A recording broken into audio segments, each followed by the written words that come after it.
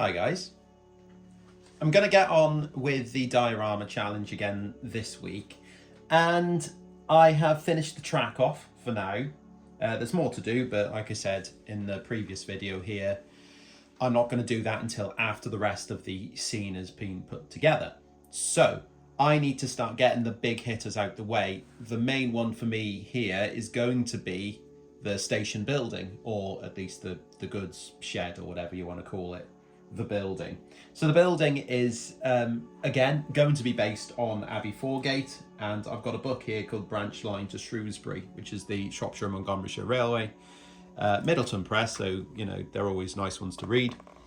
This is a shot of it here, so you can come and actually see this. It's still here today, this building.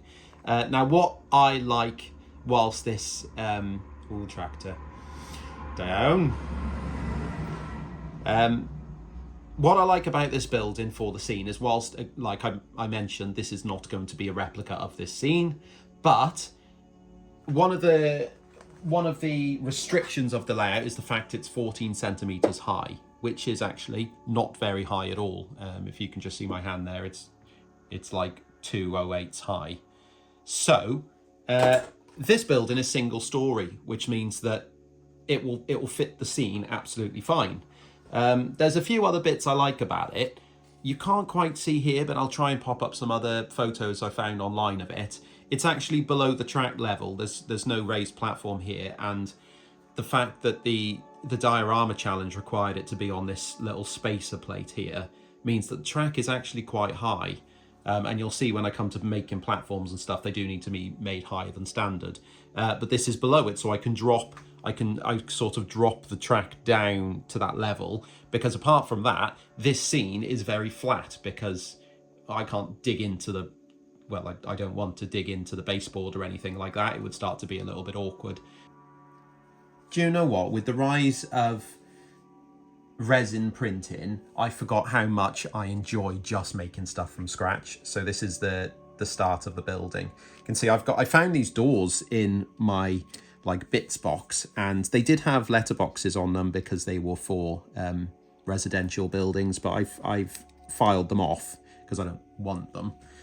The windows have been made up. They are made up of 3 different parts, and I've used rocket glue just to stick those together. They're bang on.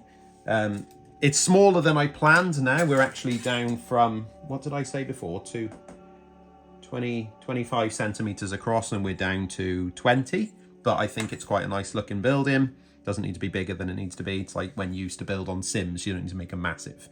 And you can obviously for George, for scale, looks fine. This middle section here was just a bit of, I don't know what I got it for. It's just planking, plastikard planking. So I've cut a bit off, put it for there. Doors from thing, they made. Oh, these bits I think were from a set with like chimneys and things. It might be like a Wills kit or ratio or something like that. Just random detailing parts. I've stuck those on for a bit of detail. And now I'm just adding little bits of plastikard. I'm just going to put them around the windows. Again, there's no real... it's just detail. I just want to keep putting more and more detail on it, because if it's level, there we go. Good thing about building with brick is that you can see everything's level. This is evergreen strip. Get them in different sizes. This is the size this one is. And this brought back really nice memories, because in the days where I used to do scratch building, or more of it, I used to go, when I was still in uni in Chester, I used to go to the model centre in Chester and pick these up, and I've got a whole hoard of different types. So it's quite good when you're scratch building. You can sort of just go into your stash and see what would suit the build. So it's good to have a few different sizes and you build those up. So yeah. Anyway, that's the front of the building on the go. So I'll keep going with that and get the other sides done as well. That's the main station finished, and I've done the sides. I've just done a plain back because you're not going to see behind anyway. I've also put the roof on, but I'm not going to put tiles on until after it's painted, because I'm going to be using these for the tiles, which I used on, what did I build them on? I think it was on the pen tray layout in 5.5, you've got them in strips and they're already painted to look more realistic than I can do on tiles, so I'm going to go with that. The next stage for this station before I paint it up is going to be the canopy that goes on the front. I've already made a shell of this. I've used corrugated for the sides and I've added a little bit of plaster strut for the ends just for a bit of detail. Okay, this is going to go on the station about here. Okay, quiet. And as you can see, I've already cut them to slide over that detail that I completely forgot would get in the way. But there we go. That's all added interest, isn't it, to the final build. That'll go about there. It's meant to hang very low, and it does. I've checked it against Tiny Me, and I'm still not going to bang my head on it, so it's not too scary. Hang on, shh. Hang on, shh. I just got to do this. The next thing I need to do for this is add corrugated strips to the top of it, because this is just a shell. I'm going to use this one. Hang on, Pip. Hang on. Jesus, let me finish. Right. This. So this is going to be the roof, and this is the end. So hopefully you can see. Quick, get to the end before she starts talking. That it's larger, so it'll be a little bit of difference. Yes, that's where I am. Okay. So there we go. I've cut them up and I've stuck them back on. I've done it deliberately different sizes at the bottom just for a bit of interest when it goes on the model. The next thing is going to be the upright supports at the front, and I'm going to be using a little bit of, well, this is 0.75 by 0.75 mil strap. Now, I've made a little bit of a jig for this. This angle here will cut the supports at the right angle. If I give that a rough cut, like so. Then, with a straight top, bear with. How I do this is, I put that in there, and then that one that I've just cut the angle on. I've got a cold now, since I last filmed. Like that. That can go in there. And pushing that down on there means that all these are at the exact same, there we go, exact same angle and height on the bracket. Like that. And then I'll just add a little bit drop of glue, but I feel like because you're watching, it's not going to work. Yeah, be all right. Let's give it a go. Nah, it didn't work. No, didn't work. Stop watching. Right, station's done, and now the canopy for the platform's done as well. You can see it's looking quite rustic, I suppose you would say, but that's the look I'm going for. If anything, it's not as rustic as I'd like yet, so I'm going to have to, you know, in the painting and weathering stage, we'll get to that. It's going to sit about there. The struts that are going up at the front are actually lower than they should be. It'll sit like this in the end because the platform level will come up to rail height and then drop down to where you'd actually stand inside. So there's a little bit of a gradient difference there. Sits about there, so I wanted a little bit, I didn't want it all the way to the end just for interest. And this other side on the right here shows the windows. So that's looking about right. I've also added a gutter along the front, but no downpipe because I forgot. So I'll add that on in a minute, but I think I'll whip it up into primer and then we'll start painting it up. So I primed it with grey and then went over it again with a red oxide primer just because, well, that made more sense, didn't it?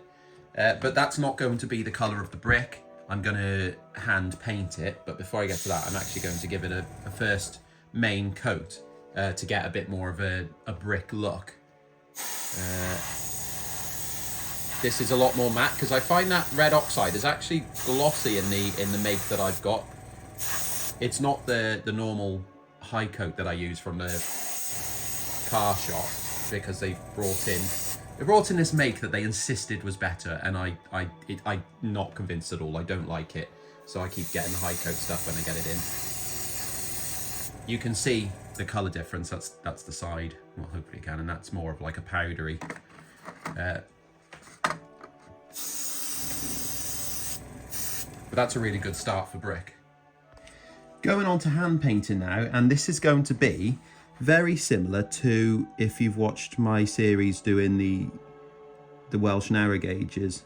and painting the slate walls, which is I put a main colour down and then I'll start to hand pick different bricks out individually. Now I'm not particularly set on what colours I'm going to use, and I haven't even got an idea yet. I've got this colour because it was there, so I'm using it.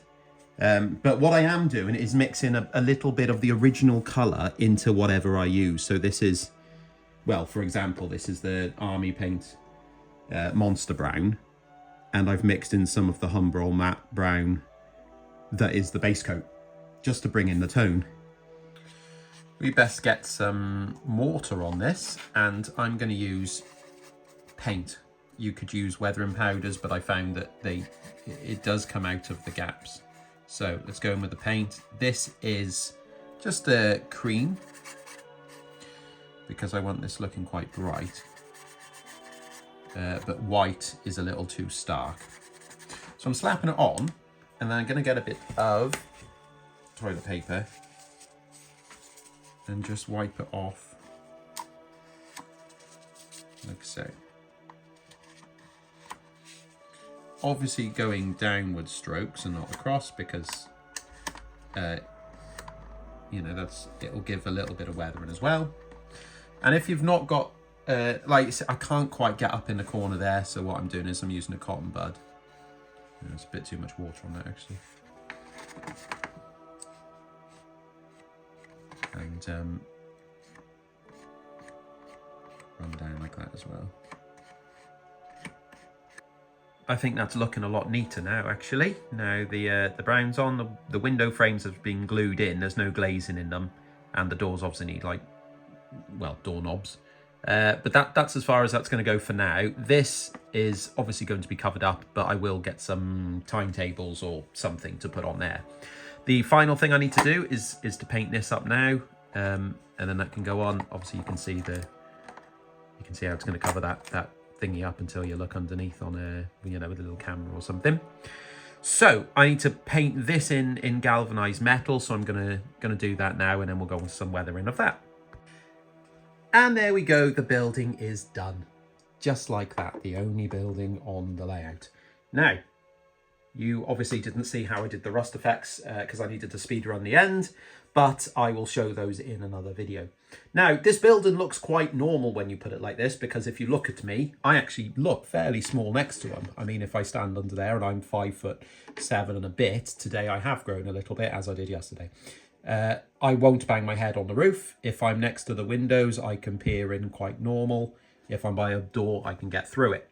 However, when you put the tankers next to it, it suddenly looks very small. And if you put the Class 08 instead, even more so, because it's just a big block. But it's looking really, really nice. It's looking like what I want. Oh, I tell you what else you didn't see was the tiles on the roof. So if I just show you how they look. There we go.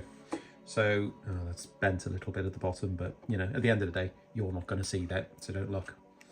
That's about done.